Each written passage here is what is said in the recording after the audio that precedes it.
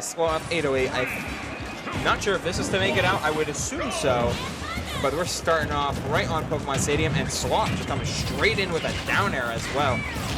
Yeah, we're hearing a lot of those Yoshi sound effects, so get used to it early. It's gonna be a scramble from like moment to moment, game to game. Yeah. Like the combos you're gonna get are not gonna be all of that much because how Sloth has really seemed dedicated to playing this as a 2v2 rather than splitting up into 1v1s. But yeah, I mean, Suarez is looking on the hunt, looking to show his proficiency in the Yoshi matchup. They don't call it Yoshi's Island for no reason. Definitely not, but all four of these characters are gonna scrap. We're gonna see a lot of close range gameplay. All these characters kind of have these long range, more campy styles that they also play, but I think especially in doubles, you're gonna be seeing constant chaos, constant helping teammates, and that's what we're already seeing here. And Suarez looking healthy on that stock. Yeah, and closing out the stock on Sloth as well. K-Rool looking like you're in back throw percent, but Sloth finishes off the stock. Oh. Can they close out the stock on PkChris? They go deep to close it out, and they do just barely make it, but are immediately closed out by Sloth. This is almost as easy even as it gets. Everyone is just going at it back and forth right now.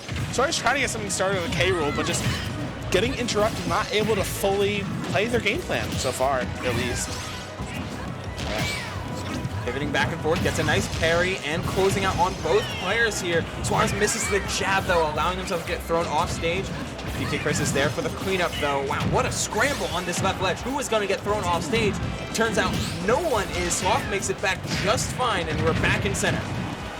And I'm finding myself just watching how Suarez is playing right now, because Suarez is kind of everywhere at once. And that's what you want from your Yoshi players. Obviously, Yoshi has a ton of aerial mobility, so that's great to see coming out, but you also have to be careful, especially with your double jumps, especially against a character like Ness, who can do a lot of flanking off stage from the Sloth end. Oh, gets that down smash on ledge there. PkChris was doing so much, throwing himself off stage for edge guards that 808 mistimed the down smash on ledge and was able to, PkChris was able to close out that stock. Yeah, they've used that confirmer, and this is our third set we've seen from them. They've used that confirmer almost every single set. They have that on lock, but is it going to be enough to take down the stock from Suarez? Suarez, you know, still able to live a while. Yoshi, a very heavy character, you know, for their speed. Oh, yeah. It's going to be tough in order to pin him down, especially given Suarez's finesse around these platforms. Absolutely. Doing a lot of jump, drop throughs, pass throughs, mixing up just where you can actually hit him. Though Sloth has been doing fine enough at keeping up and maintaining that damage. Can this edge start? Oh, the turnaround, just neutral get him into back throw, almost turning into a huge play from PkChris as a timing mix-up was there. Can this edge guard be successful? Drop zone back air, just barely whiffs. Oh, 808 doing a great job of getting back. Even almost a nair there at the end. PkChris might have been able to snipe it. Okay, that is Sloth out, and this is looking like a very difficult situation for K-Rool here. Not impossible, but very difficult, especially being hit by Yoshi in this situation. It's 187. Like, this is... It is brutal. Any grab here, any back throw from... I think even forward throw. Grab, yeah. Like a nair that not across stage, 213. This is just a matter of time. A nair from either characters here. Oh, yeah. Oh, gets a back throw. It was on Suarez, so it wasn't much. Looking to separate, but still... I guess you have to hope it's rough. Yeah. That forward air, even though it's not going to spike, it's going to take you off the side there. That's going to be a good game one coming out of Suarez and PkChris. Yeah, unfortunately, Crown not operating like Cross from the Belmonts, whereas you see him. I don't know if this was just like a flubbed tech or a flubbed B reverse or a wave bounce of some kind, but trying to throw it sideways, get the boomerang to get it back on stage, maybe intercept Suarez as he's landing, but it was a rock and a hard place, man. Yeah, it was at that point. I don't really know what you can do to pull it off better in that situation. It was great play from Suarez and PkChris overall. It wasn't like, I don't think 808 and Sloth were even making a lot of mistakes. It's just, it was just outplayed. Sometimes you just get outplayed, and I think, especially in a chaotic matchup as we're seeing here, like it's gonna get haywire real quick, real easy. All right, we are going to PS2 for this game. We'll see what 808 and Sloth can pull off. We definitely have seen some good play from them today, so we know they're capable of it. But you know, Suarez and PkChris, they are a different breed in this set so far, at least. 808 just trying to combo off of just about anything. See the chaos, don't intercept into it. Instead, try and hit whoever pops out. And Suarez is looking at a ton of damage in this early part of game 2 because of it. But PkChris untouched, the evasiveness on point as they try a little bit of their own sharking as well.